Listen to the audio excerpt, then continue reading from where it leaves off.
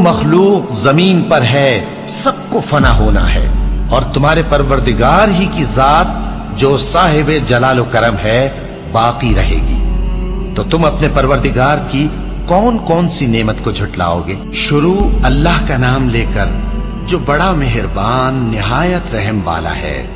وہ جو نہایت مہربان ہے، اسی نے قرآن کی تعلیم فرمائی، اسی نے انسان کو پیدا کیا، اسی نے اس کو بولنا سکھایا۔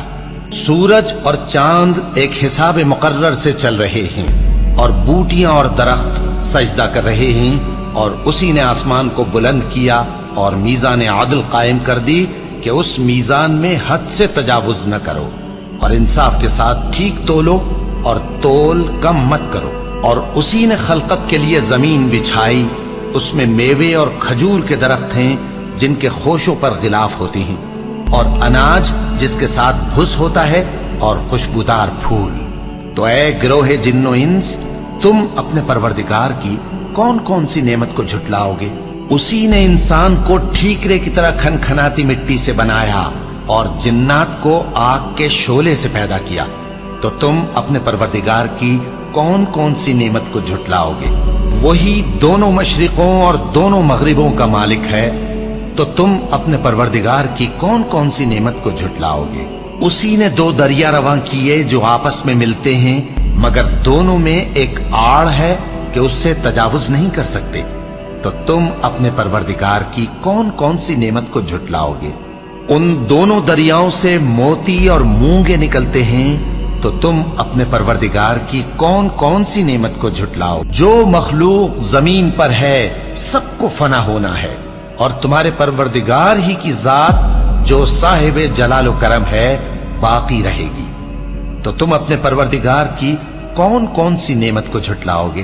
آسمان اور زمین میں جتنے لوگ ہیں سب اسی سے مانگتے ہیں، وہ ہر روز کسی نہ کسی کام میں ہوتا ہے۔ تو تم اپنے پروردگار کی کون کون سی نعمت کو جھٹلاؤ گے؟ اے دونوں جماعتوں، ہم ان قریب تمہاری طرف متوجہ ہوتے ہیں، تو تم اپنے پروردگار کی کون کون سی نعمت کو جھٹلاؤ گے؟ اے گروہ جن و انس، اگر تمہیں قدرت ہو کہ آسمان اور زمین کے کناروں سے نکل جاؤ تو نکل جاؤ، اور زور کے سوا تو تم نکل سکنے ہی کہ نہیں، تو تم اپنے پروردگار کی کون کون سی نعمت کو جھٹلاؤ گے؟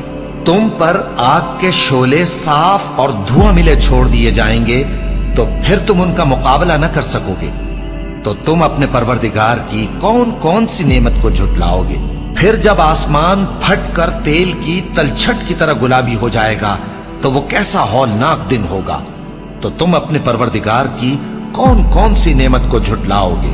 تو اس روز نہ تو کسی انسان سے اس کے گناہوں کے بارے میں پرسش کی جائے گی اور نہ کسی جن سے۔ تو تم اپنے پروردگار کی کون کون سی نعمت کو جھٹلاؤ گے؟ گناہگار اپنے چہرے ہی سے پہچان لیے جائیں گے تو پیشانی کے بالوں اور پاؤں سے پکڑ لیے جائیں گے۔ تو تم اپنے پروردگار کی کون کون سی نعمت کو جھٹلاؤ گے؟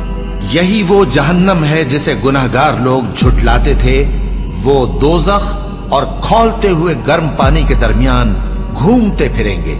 تو تم اپنے پروردگار کی کون کون سی نعمت کو جھٹلاؤ گے؟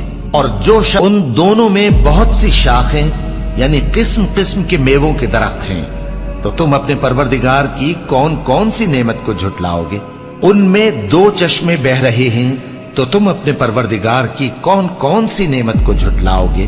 ان میں سب میوے دو دو قسم کے ہیں، تو تم اپنے پروردگار کی کون کون سی نعمت کو جھٹلاؤ گے؟ اہل جنت ایسے بچھونوں پر جن کے استر اطلس کے ہیں تکیہ لگائے ہوئے ہوں گے، اور دونوں باغوں کے میوے قریب جھک رہے ہیں، تو تم اپنے پروردگار کی کون کون سی نعمت کو جھٹلاؤ گے؟ ان میں نیچی نگاہ والی عورتیں ہیں جن کو اہل جنت سے پہلے نہ کسی انسان نے ہاتھ لگایا اور نہ کسی جن نے۔ تو تم اپنے پروردگار کی کون کون سی نعمت کو جھٹلاؤ گے؟